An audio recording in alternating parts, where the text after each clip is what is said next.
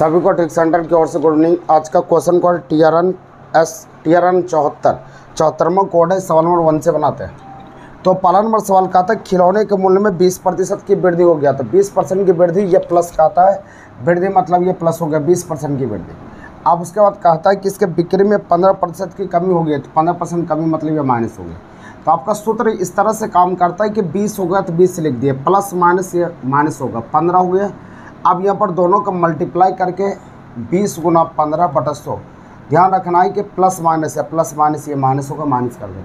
यह 0 आपका कट गया, इसको 5 बार में काटेंगे, 5 या 15 हो जाए। बस इसका सॉल्यूशन करना है। तो 20 माइनस 15, अब ये -3 है। तो यहाँ पर लिख सकते हैं 20 और 15 3 18। यहाँ पर हो गया 2 प्लस में आया, तो इसलिए 2% की वृद्धि हो जाएगा। यही उत्तर हो गया, यही आंसर। 2% की वृद्धि हो गया, आंसर हो जाएगा। अगर ऐसे बनाना चाहते हैं तो 20% वृद्धि को 120 लिखेंगे बटा 100। 15% की कमी, 15% की कमी है ना, 15% कमी को आपको माइनस लिखना पड़ेगा, 85 बटा 100। बस इसका सॉल्यूशन करना है। 0 0 खत्म हो गया। अब इसको काटेंगे, 17 × 85। अब 17 × 85, 5 × 10, इसको 6 बार में काट सकते हैं। ये 102 हो जाएगा बटा 100। ऊपर वाला चेक कीजिए कि 100 से ज़्यादा कितना है, 2 ज़्यादा है, तो 2% का वृद्धि हो जाएगा। यह उत्तर होगा 2% की वृद्धि। ऐसे बना सकते हैं। तो आपको जैसे बनाना है बना सकते हैं, लेकिन इसका सूत्र इस प्रकार से काम करता है, x + y + xy बटा 100। लेकिन सिंबल प्लस माइनस में कभी कभी गड़बड़ हो जाता है कि कहाँ प्लस करना है कहाँ माइनस करना है। इसके लिए कुछ नहीं करना है। आपका एक प्लस है एक माइनस है, तो यहाँ प्लस हो गया तो प्लस दे दिया, यहाँ माइनस है तो माइनस कर दिया। अब प्लस माइनस दोनों को मल्टीप्लाई करके यहाँ माइनस दे दिया। इसको हल कर लिया, आंसर हो गया। चलिए आगे बढ़ाते हैं, अगले सवाल की ओर आते हैं, अगले सवाल को बनाते हैं। सवाल नंबर 2 कहता है कि अजय अपने वेतन का 25% घर के किराए पर खर्च करता है। 25% घर के किराए पर खर्च किया, 5% यात्रा पर खर्च किया, 15% और यात्रा पर, दूसरा यात्रा पर 10% कपड़ों पर खर्च करता है, और वह 2700 रुपये की बचत करता है। टोटल वो उसका ख़त्म कितना हो, 5 5 10 5 15, 5 बाकी 1 2 3 2 5, यानी 55% खत्म हो गया। तो 45% बच गया और सवाल में बचा 27,000। तो 27,000 बटा 45 का ये बचत में बचत हो गया। उसकी कमाई 100 पर निकलेगा। हल करेंगे, आंसर होगा। इसी को हल करेंगे, आपका आंसर हो जाएगा लगभग 60,000 का आंसर होगा। 60,000 इसको बना लेंगे। अगला सवाल कहता है एक व्यक्ति मेज के मूल्य में, तीसरा नंबर सवाल कहता है एक व्यक्ति मेज को 5% हानि पर बेचता है। यदि वो 80 रुपया अधिक में बेचता तो 5% का लाभ होता है। हानि और लाभ है, तो हानि और लाभ आपको हम सिखाएं कि उसको प्लस करना है। तो हानि और लाभ को प्लस कर देते हैं। तो 5% हानि और 5% लाभ, 5 5 10 हो जाएगा। 80 रुपया तो 10 जिसका वैल्यू है उससे डिवाइड कर लीजिए, और जिसको पता करना है 100 से गुना कर लीजिए। अब इसको 800 लिख सकते हैं, यही आंसर होगा। 800 आंसर हो जाएगा। अगले सवाल की ओर आएंगे। जो सवाल को नहीं पढ़े हैं तो थोड़ा सा दिक्कत होगा, आगे जब पढ़ाई होगा तो आगे आपको समझ में आ जाएगा। सवाल आगे बढ़ेंगे। सवाल नंबर 4 पर आइए।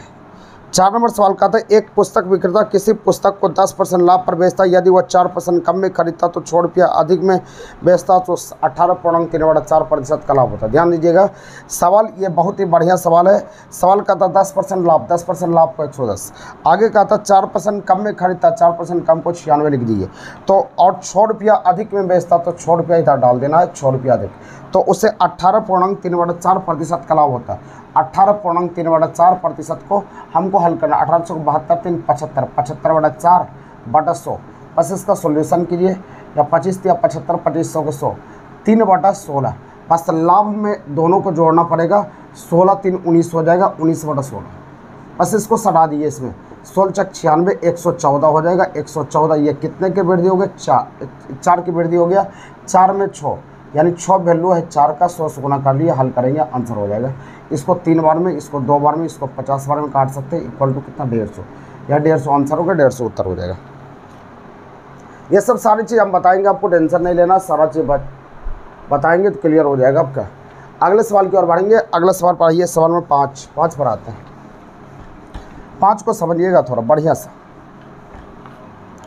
5 नंबर सवाल कहता है 100 पेंसिल बेचने पर एक दुकानदार को 20 पेंसिल के विक्रय मूल्य के बराबर लाभ होता है।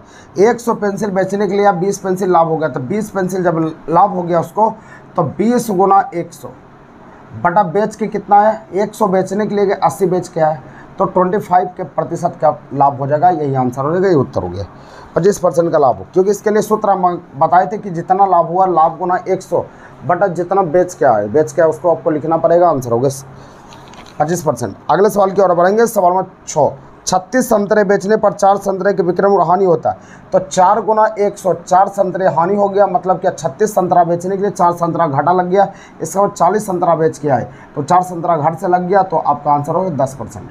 यह उत्तर हो 10% की हानि हो गया। अगला सवाल का था 250 केले बेचने पर 50 केला के विक्रय मूल्य के बराबर लाभ होता है। 50 केला लाभ हो गया, तो लाभ गुना 100 बटा 200 हो जाएगा। 50 केला इसका मतलब बच गया, इसको हल करेंगे 4 बार में कटेगा। अब ये 25% का लाभ हो गया, ये उत्तर हो गया। अगला सवाल पर आएंगे। सवाल नंबर 8, एक दुकानदार 1 किलो का स्थान पर 960 ग्राम तौलता है। 960 ग्राम जब तौला तो इसका मतलब 40 ग्राम वो फायदा में रहा, तो लाभ बराबर यहाँ करेंगे 40 ग्राम फायदा में रहा, 400 ग्राम 960 ग्राम, हाँ 40 ग्राम सॉरी, लाभ गुना 100 बटा विक्रय मूल्य। तो बेचा कितना 960, 1 केजी का स्थान पर 960 ग्राम तौला तो 40 ग्राम वो फायदा में रह गया, तो फायदा में रहने के बाद वो लाभ में आ जाएगा। तो लाभ गुना 100 बटा विक्रय मूल्य, लाभ हो गया 40 गुना 100 बटा आपका 960। बस इसको हल करना, आपका आंसर हो जाएगा। सवाल में आगे आएंगे 9 पर। सवाल कहता है कि एक व्यक्ति खरीदते समय वस्तु को 10% घोटाला करता है और बेचते समय भी 10% घोटाला करता है। तो यहाँ पर आपका है 9 नंबर सवाल का था 10% लाभ 110 बटा 100। अब उसके बाद अगर 10% घोटाला किया बेचने वक्त, तो इसका मतलब फ़ायदा ही कमाया, 110 हो गया, 121 बटा 100 हो गया, तो कितना परसेंट का लाभ हो जाएगा, 21% का लाभ हो जाएगा। ये उत्तर होगा लाभ। अगले सवाल की ओर बढ़ेंगे। सवाल नंबर 10 पर आइए। 10 नंबर सवाल का आता है एक बेईमान दुकानदार अपने सामान को एक क्रय मूल्य पर बेचता है और वह गलत वाट का प्रयोग करके 11.1/9% का लाभ कमाता है। तो वो 1 केजी के स्थान पर कितना ग्राम तौलता है। तो 1 केजी के स्थान पर कितना ग्राम तौला, ऑप्शन से बना लिया। ऑप्शन हम 900 को ट्राई करते हैं, 900 आंसर ही होगा, इस पर हम चेक कर देते हैं, आगे आप चेक करते रहिएगा। 900 ग्राम वो तौला तो 100 ग्राम लाभ हो गया, तो लाभ गुना 100 बटा विक्रय मूल्य, विक्रय मूल्य 900 हो गया। इसको हल करेंगे तो आपका हो जाएगा 100 बटा 9, 100 बटा 9 बराबर 11.1/9% का लाभ हो जाएगा। ये उत्तर हो गया, ये आंसर है। इसी को हल करना, आंसर हो जाएगा। ये सब बहुत आसान सवाल होता है, आप नहीं पढ़ें तो थोड़ा दिक्कत होगा, अगर आप पढ़े रहते तो दिक्कत आपको कभी नहीं होगा। सिर्फ आपको बताना है, क्लास कर लीजिएगा तो फिर आप भी बना सकते हैं सवाल को आसान से। चलिए आगे बढ़ते हैं, अगले सवाल पर आएंगे। अगला सिटिंग अरेंजमेंट है, सिटिंग अरेंजमेंट है, ध्यान दीजिएगा। सवाल का आता है कि यहाँ पर 8 मित्र केंद्र की ओर मुँह करके बैठे हुए थे। 1 2 3 4 5 6 7 8 मित्र केंद्र की ओर मुँह करके बैठे हुए हैं। उसके बाद कहता है ई और जी हमेशा एक दूसरे के निकट बैठेगा। ई और जी हमेशा एक दूसरे के साथ बैठेगा, साथ इधर लिख, हमेशा एक दूसरे के साथ बैठेगा। उसके बाद कहता है डी सी के दाएं तीसरे स्थान पर बैठता। डी सी के दाहिना पहला दूसरा तीसरा, डी सी के दाहिना तीसरे स्थान पर बैठ गया, तीसरे स्थान पर बैठा दिए। उसके बाद कहता है एफ एच के बाईं और दूसरे स्थान पर बैठेगा। एफ जो है एच के बाईं और दूसरे स्थान पर, पहला और दूसरा, एच के बाईं और दूसरे स्थान पर बैठेगा, एफ बैठता है। सी कभी भी ए के अगले स्थान पर नहीं बैठेगा। सी कभी भी ए के अगले स्थान पर नहीं बैठेगा, मतलब कि ए यहाँ नहीं बैठेगा, ए यहाँ पर नहीं बैठेगा, अगले स्थान पर नहीं बैठेगा। अगले इधर भी हो सकता है, इधर भी हो सकता है। सी कभी भी ए के अगले स्थान पर नहीं बैठेगा। जबकि डी कभी भी जी के अगले स्थान पर नहीं बैठेगा। डी जी के कभी भी, इसका मतलब जी यहाँ नहीं बैठेगा, जी यहाँ पर नहीं बैठेगा, दोनों जगह खत्म हो गया। एच डी और सी का पड़ोसी नहीं है। एच डी और सी का पड़ोसी नहीं, मतलब इसका एच यहाँ पर भी नहीं बैठेगा, यहाँ पर भी एच नहीं बैठेगा, एच यहाँ पर भी नहीं बैठेगा, एच यहाँ पर भी नहीं बैठेगा, मतलब डी और सी के बगल में नहीं बैठेगा, ये कहती है। तो आगे हमको सोचना है कि एच का स्थान ना यहाँ है, ना यहाँ पर, ना यहाँ, ये सब में कहीं पर नहीं है, तो एच यही दोनों में बैठेगा ना, दोनों इसी दोनों में बैठेगा। तो एच कहाँ पर हम बैठा दें ताकि एच के बाईं तरफ एफ दूसरा हो जाना चाहिए, एच के बाईं तरफ। तो अगर एच यहाँ पर बैठेगा तो एच के बाईं तरफ दूसरा एफ होना चाहिए, तो एच का जगह तो यही होगा, क्योंकि इसके बाईं तरफ दूसरा यहाँ पर बैठना चाहिए एफ को, एफ यहाँ बैठ गया।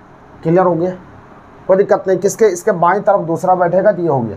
ई और जी एक साथ बैठेगा, तो ई और जी एक साथ बैठेगा मतलब क्या, दोनों का जगह सेम होना चाहिए, दोनों एक जगह बैठना चाहिए। तो एक जगह बैठने के लिए बस यही पोजीशन खाली आपका, ई और जी एक साथ बैठेगा। तो ई और जी एक साथ जब बैठेगा तो सोचिए आप कि ई और जी यहाँ पर तो नहीं बैठेगा, इसका मतलब जी यहाँ पर बैठेगा, ई को यहाँ बैठा, ई और जी बैठ गया। क्लियर हो गया। अब उसके बाद आगे हमको देखना है कि आगे और क्या कहता है। आगे यहाँ पर आपका बच गया कौन कौन जगह, 1 और 2।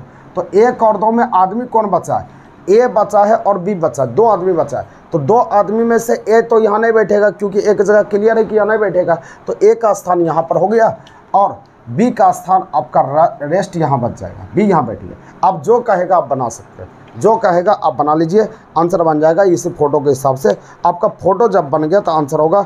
अब सारे 11 12 13 यहाँ पर आगे जो 11 12 जितना भी है सारे को बना सकते हैं, 13 14 15 सब सारा बन जाएगा।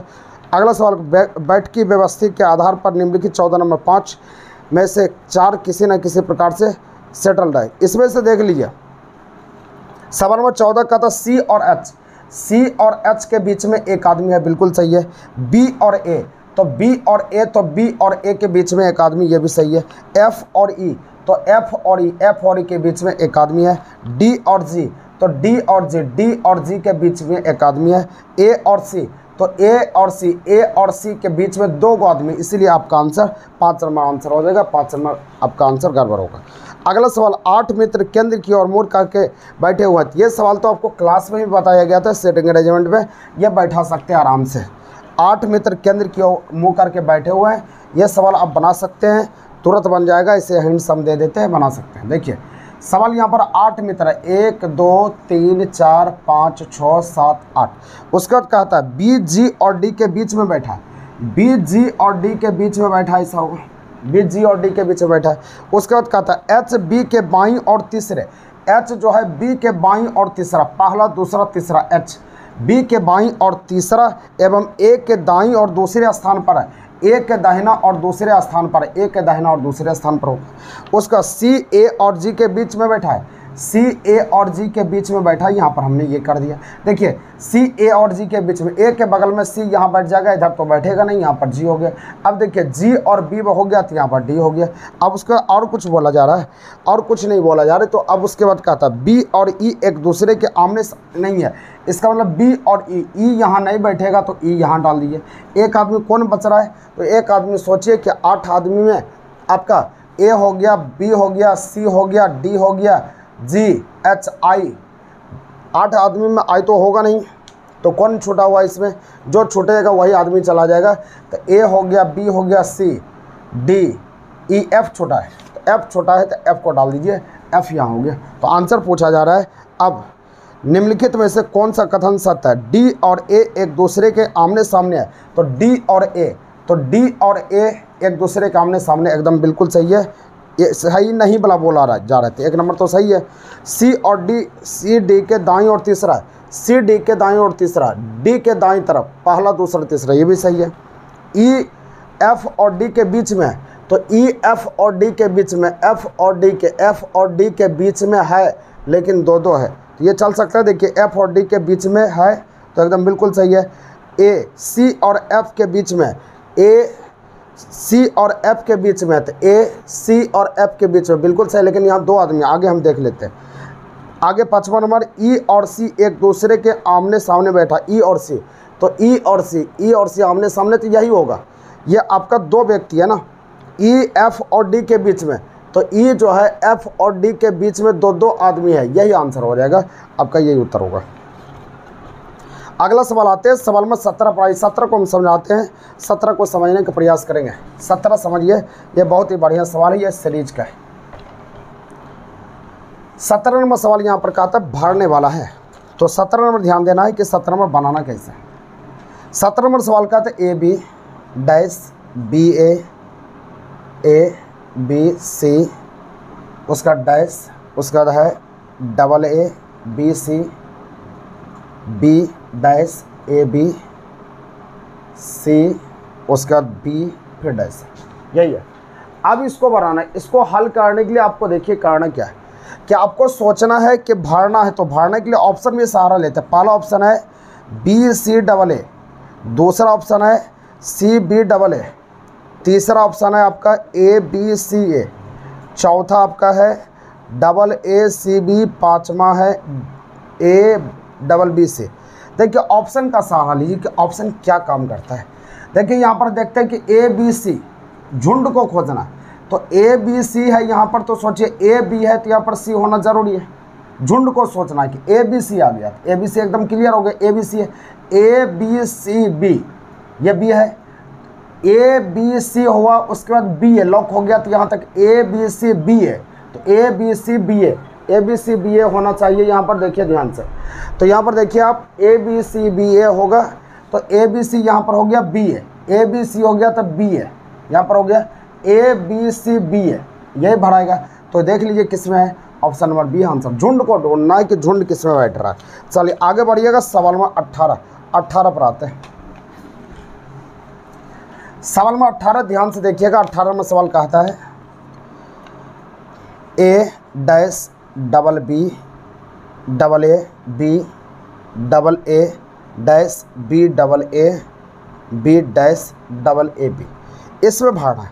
पहला ऑप्शन है ए बी, दूसरा ऑप्शन है बी ए, तीसरा ऑप्शन है A double B triple B, चौथा है बी ए डबल बी। ये कहा, आप सोचिए झुंड में क्या है, तो झुंड में क्या है सोचिए, डबल ए, ये क्लियर हो रहा है कि double A double A double A double A, यहाँ क्लियर है कि डबल ए होगा, क्लियर है, डबल ए होगा, ये क्लियर हो गया। अब double A double B, double A double B होना चाहिए, तो एक बी है तो एक बी हो गया, डबल ए डबल बी, यहाँ बी होना चाहिए, डबल ए डबल बी ऐसा होना चाहिए, जिसमें यह भराएगा वो आंसर होगा।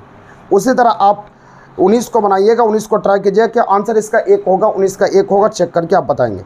अब 20 पर आते हैं, 20 में आपका है 60h-11m/2, ये डिग्री वाला सवाल, ये कई बार बताए थे, h के स्थान पर घंटा डालिए, 60 गुना 6 माइनस 45, यहाँ पर है 11 गुना 45/2, 60h-11m/2, बस इसको पर हल करेंगे आपका आंसर हो जाएगा। इसी पर सारा सवाल है, सारे सवाल को हल कर लिए। अगर आपका 180 से ज़्यादा हो जाएगा 360 में, सिर्फ इसको घटा लीजिएगा, ये कई बार बता चुके हैं। एक 20 हो जाएगा, 21 बन जाएगा, 22, 23, 24 सारे बन जाएगा, सारे को हल कर लीजिएगा। उम्मीद करते हैं कि समझ में आ गया होगा। नेक्स्ट वीडियो के साथ आगे आते, तब तक के लिए ठीक से रहो, जय हिंद।